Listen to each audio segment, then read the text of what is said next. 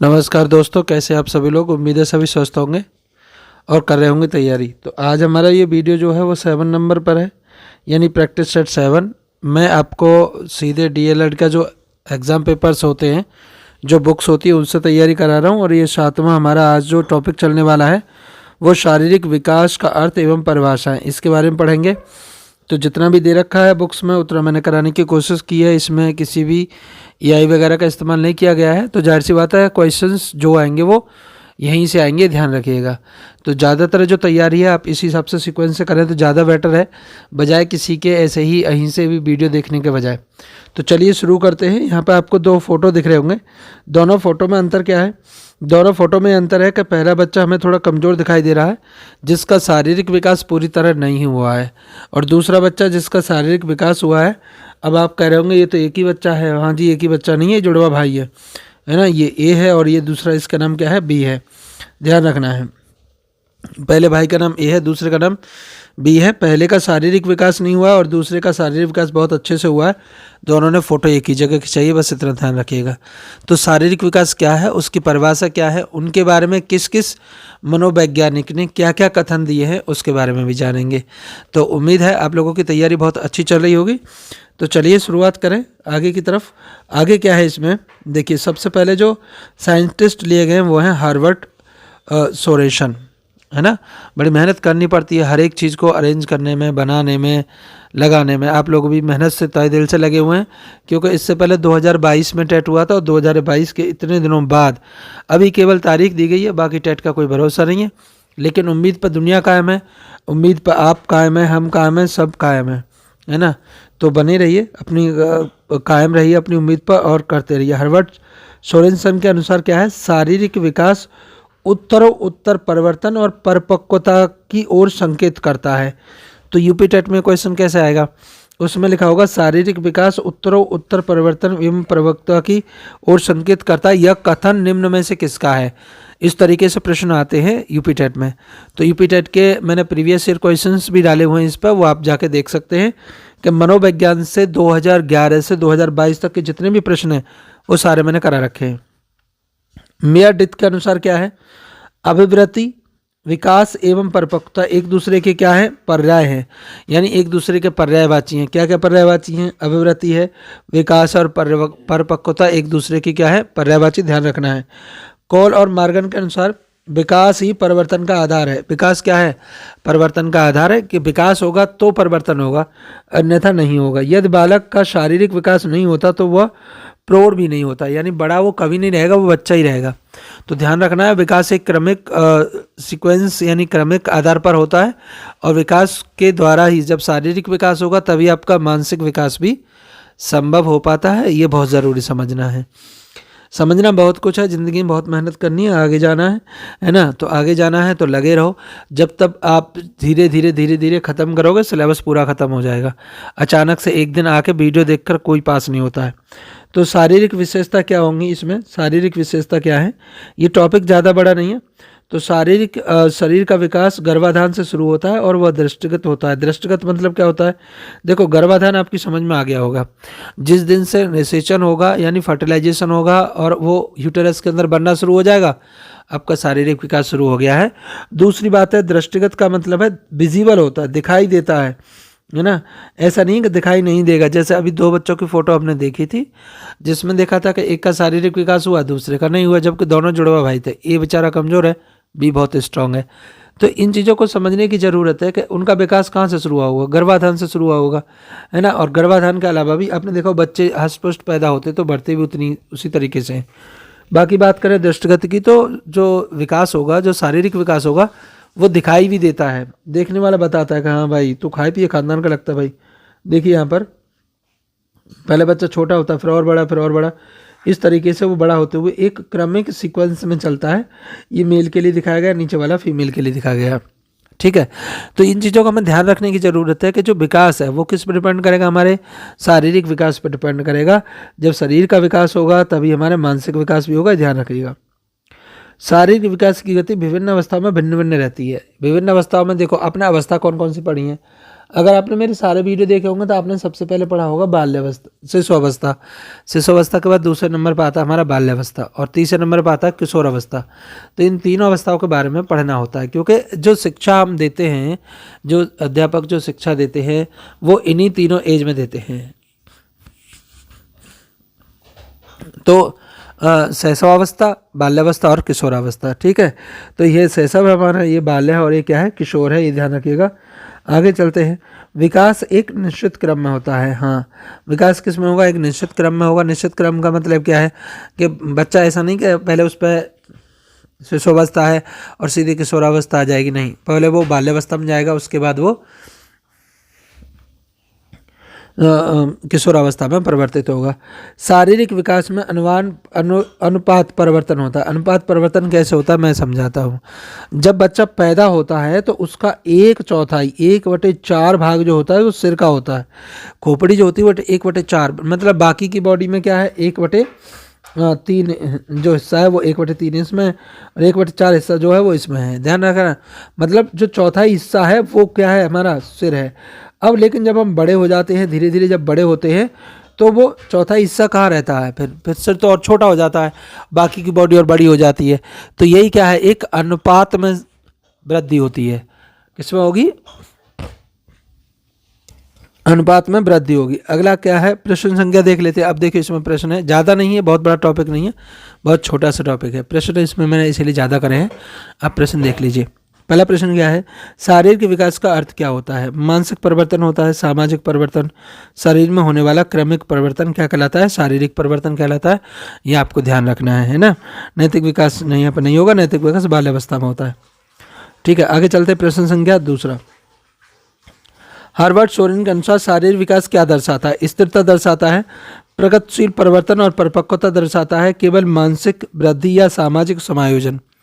तो सामाजिक समायोजन का मतलब होता है दूसरे व्यक्तियों के साथ हम किस तरीके से रहते हैं, हमारा उनके साथ किस तरीके से बातें करना है, व्यवहार क्या है, वो हमारा सामाजिक समायोजन में आता है। मानसिक वृद्धि में हमारे सोचने की और काल्पनिक शक्ति की गणना की जाती है, जबकि प्रगतिशील परिवर्तन और परिपक्वता हमारे शारीरिक विकास में आती है। तो यही वाला उत्तर हमारा क्या हो जाएगा, सही हो जाएगा। प्रश्न संख्या चलते हैं 3। शारीरिक विकास कब से प्रारंभ हो जाता है। शारीरिक विकास कब से प्रारंभ होगा, जन्म के बाद से प्रारंभ होगा, 5 वर्ष की आयु से होगा, गर्भावस्था से होगा, किशोरावस्था से होगा। तो अभी मैंने थोड़ी देर पहले आपको समझाया था, शारीरिक विकास जो है वो गर्भावस्था से ही शुरू हो जाता है। गर्भावस्था, उसके बाद आती है आपकी शिशुअवस्था, उसके बाद आती है बाल्यावस्था, उसके बाद आती है किशोरावस्था। बाकी की जो प्रौढ़ावस्था है या वृद्धावस्था उनके बारे में हम अध्ययन नहीं करते हैं। अभी मैंने बताया था क्यों नहीं करते हैं, तो इसका सही उत्तर हो जाएगा सी वाला, यानी गर्भावस्था से। कहाँ से होगा शारीरिक विकास शुरू, गर्भावस्था से। आगे चलते हैं, प्रश्न संख्या हमारा कौन सा है, 4। जन्म के समय शिशु के सिर का आकार शरीर का लगभग कितने भाग होता है। मैंने अभी आपको बताया था कि जब बच्चे का जन्म होता है तो शिशु के शरीर का जो सिर होगा, केवल सिर वो कितने प्रतिशत होगा या कितने बटे होगा। तो इसका सही उत्तर कौन सा हो जाएगा, इसका सही उत्तर हो जाएगा 1/4, यानी चौथा हिस्सा जो होता है वो सिर का ही होता है ना, ध्यान रखना है। प्रश्न संख्या कौन सा हमारा अगला, शारीरिक विकास की गति सभी अवस्थाओं में कैसी रहती है। अब देखो अवस्था अलग अलग है, अभी मैंने बताया था आपको गर्भावस्था, शिशुअवस्था, बाल्यावस्था और किशोरावस्था। तो ये जो अवस्थाएं हैं अलग अलग, इनमें कैसा रहेगा, समान रहेगा, बहुत तेज रहेगा, बहुत धीमी रहेगी, भिन्न भिन्न होगी। तो ये गति जो है वो भिन्न भिन्न होती है, ध्यान रखना है। यानी बच्चा जो है वो गर्भावस्था में अलग तरीके से ग्रोथ होगी उसकी, और शिशुअवस्था में अलग, बाल्यावस्था में अलग और किशोरावस्था में अलग तरीके से गति होती है। तो भिन्न भिन्न वाला उत्तर हमारा सही हो जाएगा। आगे चलते प्रश्न संख्या 6। शारीरिक विकास एक निश्चित क्रम में होता है, इसका क्या अर्थ है। देखो निश्चित क्रम का मतलब क्या है, अनियमित तरीके से नहीं होगा। जैसे शिशुअवस्था के बाद बाल्यावस्था, फिर किशोरावस्था, फिर प्रौढ़ावस्था और उसके बाद वृद्धावस्था आती है। तो ये क्या है, एक सीक्वेंस है, आप इसमें चेंज नहीं कर सकते। तो विकास अनियमित है, विकास यादृच्छिक है, विकास एक निर्धारित दिशा में होता है, विकास रुक रुक कर होता है। तो रुक रुक कर विकास कभी नहीं होता, ये ध्यान रखना है। विकास रुक रुक कर नहीं होगा, विकास जो है वो यादृच्छिक होगा, यानी सीक्वेंस में होगा, 1 by 1 इस तरीके से। बी वाला उत्तर इसका एकदम सही हो जाएगा, है ना।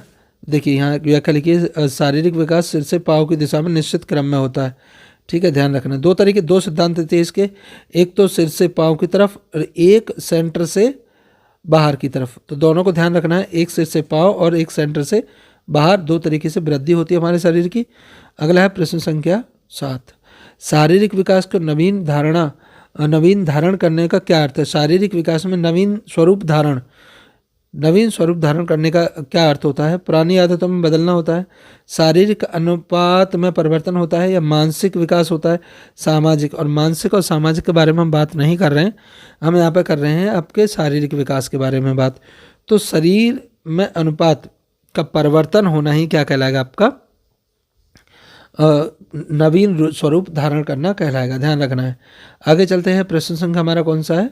8, जन्म के समय शिशु की औसत लंबाई लगभग कितनी होती है? जब बच्चा पैदा होता है तो उसकी औसतन लंबाई कितनी होती है? औसतन का मतलब है कि हर एक बच्चे की लंबाई फिक्स नहीं होगी, तो थोड़ा बहुत अंतर हो सकता है, लेकिन कितना होना चाहिए? एक एवरेजन जो देखा गया है वो आपका जो सही लंबाई है वो 20 इंच का होना चाहिए। बच्चा कितने इंच का होना चाहिए? 20 इंच का उसकी जो है लंबाई होनी चाहिए, ध्यान रखना है। आगे चले, प्रश्न संख्या हमारा कौन सा है? 9, 1 वर्ष के शिशु की आयु की लंबाई लगभग कितनी हो जाती है? 1 वर्ष पहले वो 20 इंच का तो पैदा ही हुआ था, तो 1 वर्ष बाद वो लगभग कितना हो गया होगा, ये आपको देखना है। तो जो 1 वर्ष बाद होता है वो 27 से 28 30 इंच का वो करीब हो जाता है। ये तो आपका 27 से 28 वाला उत्तर आपको सही रखना है, क्योंकि बुक में भी यही दे रखा है, तो जाहिर सी बात है यहीं से भी आएगा भी। आगे प्रश्न संख्या हमारा कौन सा है? प्रश्न संख्या 10, 6 वर्ष तक के आयु के बच्चे की लंबाई कितनी हो जानी चाहिए? अब बच्चे का आयु बढ़ गई है, अब कितनी हो गई? 6 वर्ष हो गई। तो 6 वर्ष में जो आयु हो जानी चाहिए वो 40 से 42 इंच के करीब हो जानी चाहिए। कितना होना चाहिए? 40 से 42 इंच।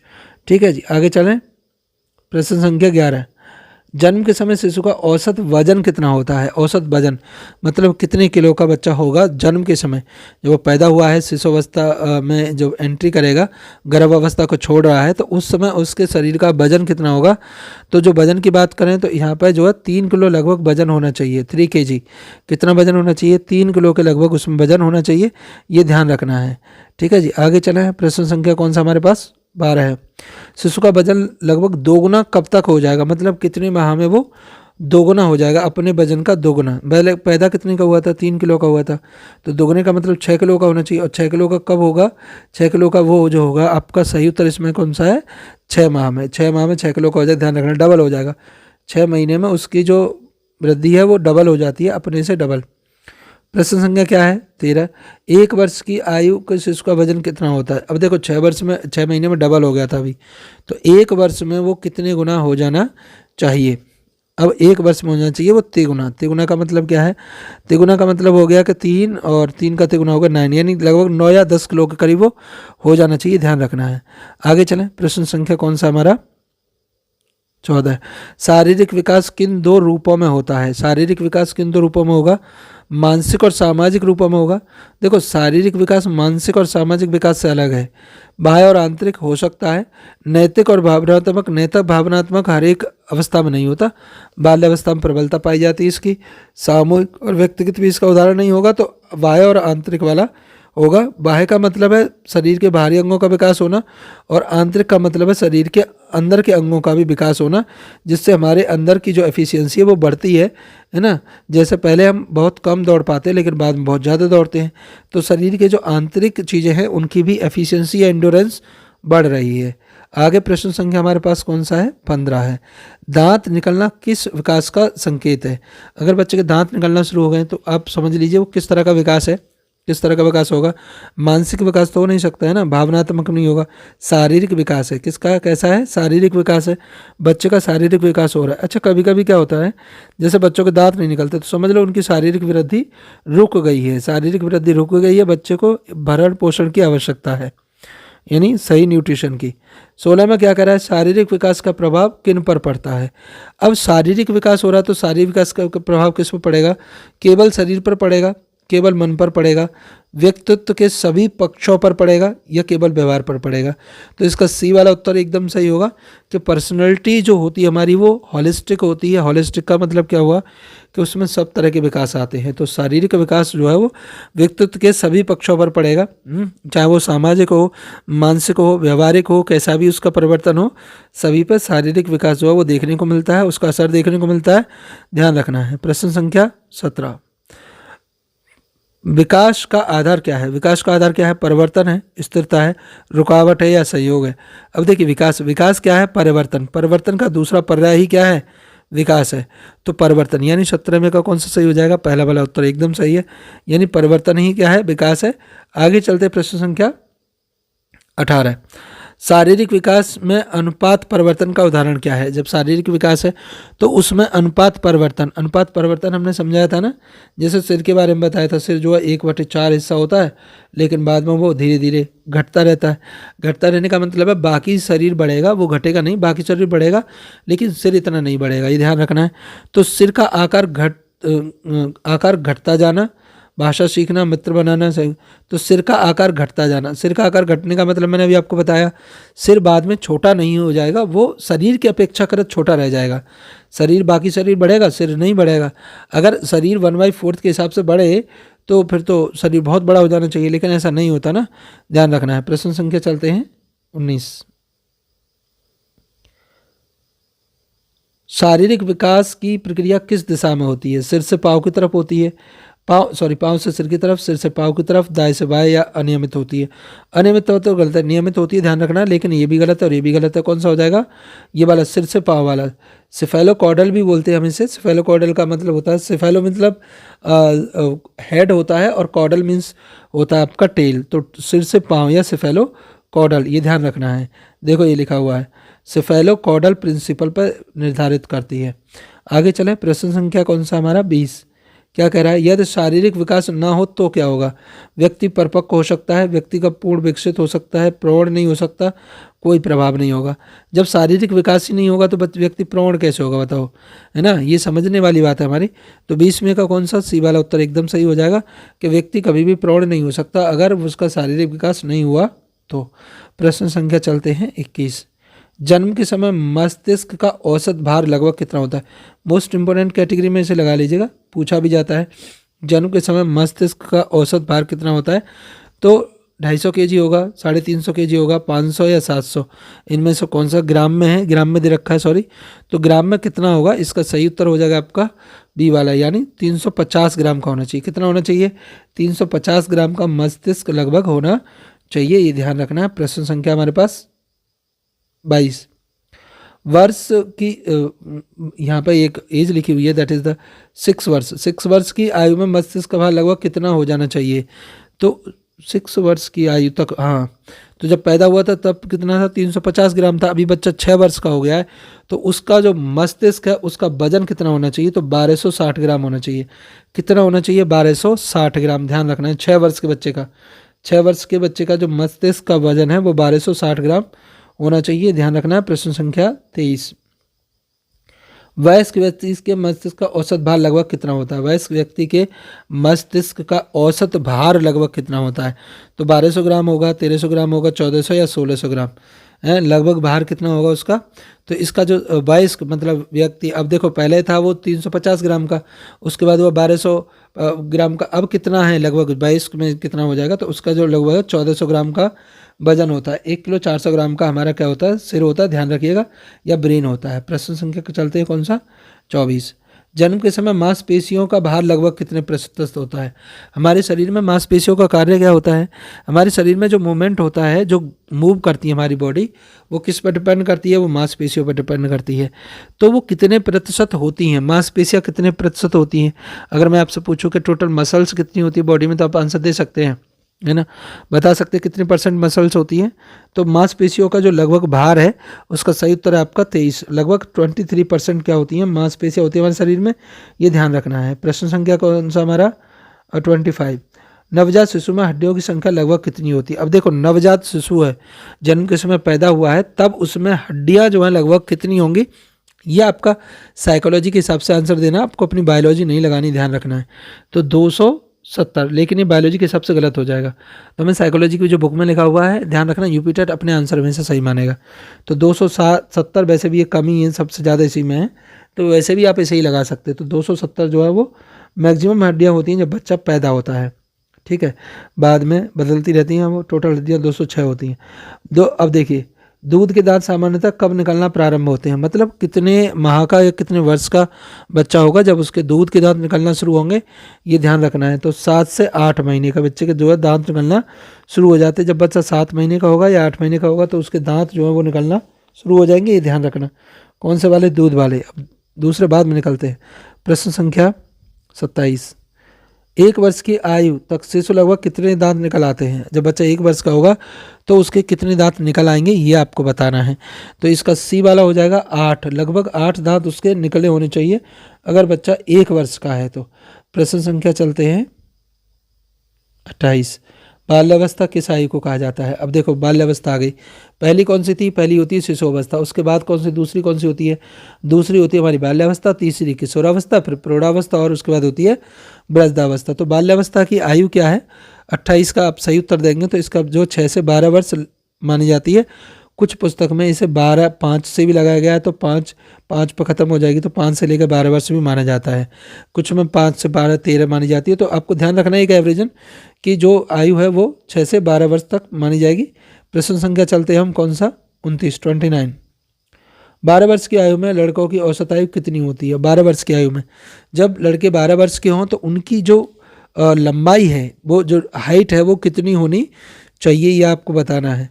तो इसका सही उत्तर होगा 142 से 158 सेंटीमीटर के करीब होनी चाहिए जब वो 12 वर्ष के हैं। प्रश्न संख्या 30, 12 वर्ष की आयु में लड़कियों की औसत लंबाई कितनी होनी चाहिए? अब आप जानते हैं कि लड़कियों की जो औसत लंबाई होती है वो लड़कों की अपेक्षा क्या होती है? कम होती है। तो उसकी औसत लंबाई कितनी होनी चाहिए? इसका है 144 से, नहीं ये वाला उत्तर गलत है। तो इसमें जो है हमारा सही उत्तर हो जाएगा हमारा 145, 135 से 145 के बीच होनी चाहिए गर्ल्स की आयु, ध्यान रखना है। प्रश्न संख्या हम चलते हैं आगे। 12 वर्ष की लड़कियों की लंबाई, हाँ नहीं सही है, ये 144 से 160 ही होगा, क्योंकि हमने एक सिद्धांत पढ़ा है जो लड़कों की वृद्धि होती है वो धीमे होती है और लड़कियों की वृद्धि तेज होती है। तो लड़कियों की जो हाइट होगी लड़कों की अपेक्षा 12 वर्ष में वो ज़्यादा होगी। तो 144 से 160 वाला उत्तर एकदम सही है, ध्यान रखना है। आगे चलें, आगे है प्रश्न संख्या हमारे पास कौन सा है? 31, 12 वर्ष की आयु के लड़कों का औसत वजन कितना होता है? 12 वर्ष के आयु के लड़कों का औसत वजन लगभग कितना होगा, ये आपको बताना है। तो लगभग जो वजन होता है वो आपका कितना होता है? 30 से 48, 30 और 48 के बीच में होना चाहिए, ध्यान रखना है। प्रश्न संख्या हमारे पास कितना है?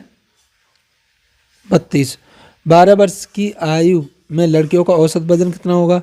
12 वर्ष की आयु में लड़कियों का औसत वजन होगा 30 से 50 किलो के बीच में होना चाहिए, 30 to 50 के बीच में होना चाहिए। अब यहाँ पर जो वृद्धि है वो लड़कियों में तेज़ी से हो रही है, इसलिए लड़कियाँ जो है वो बड़ी हो रही हैं तेज़ी से, जबकि लड़कों में वृद्धि जो है वो धीमी गति से होती है, इसीलिए उनकी जो शारीरिक वजन है और जो औसत जो लंबाई है वो कम आ रही है, ध्यान रखना है। प्रश्न संख्या कौन सा है?